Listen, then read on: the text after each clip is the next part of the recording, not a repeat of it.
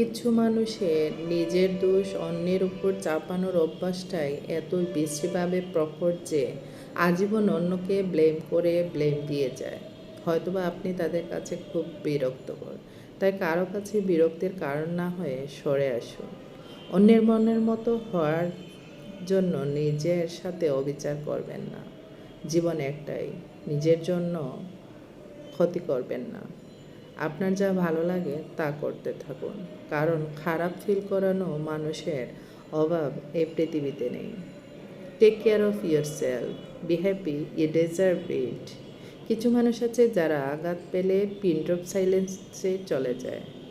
তাদের নিজেদের কষ্টের না আছে কোনো আক্ষরিক রূপ, আর না আছে শব্দ, যারা বোঝাতে দেয় না, কেউ জানতেও পারে না। এমনকি পাশের বা কাছের কেউ বসে থাকলেও টেরও পাবে না।